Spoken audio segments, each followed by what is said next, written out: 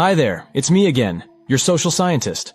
Welcome to today's video where we will explore the wonderful world of Monopoly and how it can teach us a valuable lesson about money and human behavior. So, what is this Monopoly social experiment and why should you care? Well, let's find out. Monopoly is a classic board game that generations of families and friends have played. The game revolves around the accumulation of wealth, property ownership, and the pursuit of monopolies. But what happens when we take this game out of fantasy and into the real world? That's precisely what a group of psychologists did in a fascinating experiment led by Dr. Paul Piff and a group of psychologists and assisted professors at the University of California, which was published in the journal Proceedings of the National Academy of Science 2012, which sheds light on how money can affect our behavior. They brought together a group of strangers to play Monopoly with a twist. We brought strangers into the lab in pairs of two. With the flip of a coin determined who was going to be a rich player and who was going to be the poor player.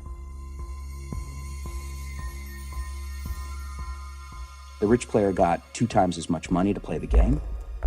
They got to roll both dice instead of one, so they got to move around the board a lot quicker, and that mattered because when they moved around the board and passed go, they would collect $200, whereas the poor person, they'd collect $100. After different people had played the game, the result was astounding. Those given a head start in the game began to act entitled and arrogant, while those who had to start from scratch became more resentful and frustrated.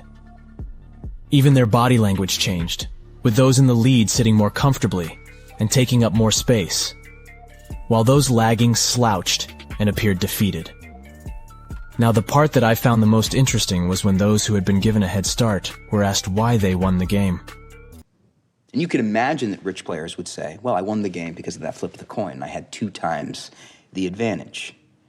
But none, not one, of the rich players attributed their inevitable success in this game to that force of luck that randomly got them that privileged position in the first place. You may have heard many rich men use this same excuse. Here are a few. 3 reasons most of you are never going to be rich.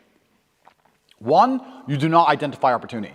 The opportunity we are discussing now, which happened on the 12th of March, where I bought 600 grand of Bitcoin, which is now worth in excess of 7 million. I've done 0 work. 0. I've turned 600K into 7 million just because I identified an opportunity. It took me 10 minutes. You're sitting out there thinking, if I just had $1 million, if I could just become a millionaire. That's how easy it is. It has not been easy for me. And, you know, I started off in Brooklyn. My father gave me a small loan of $1 million. I came into Manhattan. I bet you have seen many videos of how to get rich quickly, which they tell you how they did it all by themselves. But this isn't a video to beat down the rich, but rather to explain that. It's not about people who are rich, but rather that the experience of being relatively better off than someone seems to affect everyone, or would affect everyone, in the same way. This experiment teaches us that money profoundly impacts our behavior as individuals and as a society. When we have it, we feel assertive and entitled, while those who don't feel resentful and left behind. But it is also interesting how this is especially relevant in today's society, where the wealth gap widens and the rich get richer while the poor struggle to make ends meet. It's important to recognize that this isn't just a game, and the consequences of this behavior can have real-world implications. According to a recent study, the top 1% of the world's population holds more wealth than the bottom 50%. That's right. Just 1% of the world's population owns more wealth than the other 99% combined. This staggering statistic highlights how significant the wealth gap has become and how it affects our behavior. Take, for instance, the recent scandal involving wealthy parents bribing colleges to accept their children. Make no mistake, this is not a case where parents were acting in the best interests of their children.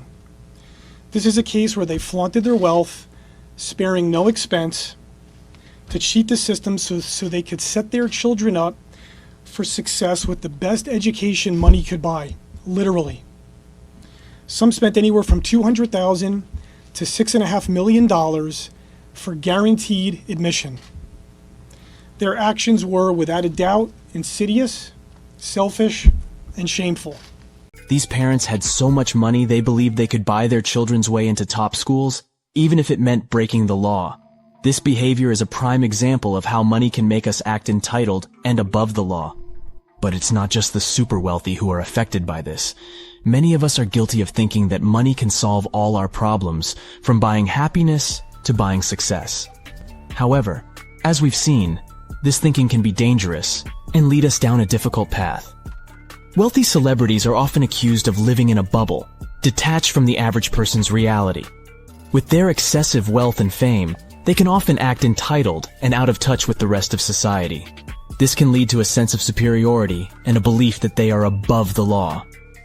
We've all heard of cases where wealthy individuals get away with illegal activities simply because they have the money to pay their way out of trouble.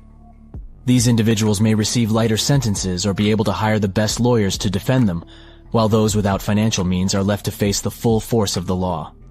This behavior can lead to a sense of entitlement and a belief that money can buy one's way out of trouble. It can also lead to a lack of accountability and responsibility for one's actions, as they believe they are above the consequences. This behavior is often excused or overlooked because of the individual's wealth and status. So, what's the takeaway from all of this?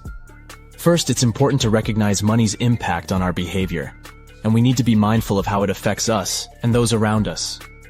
Second, we must create a more equitable society with equal opportunities, regardless of wealth.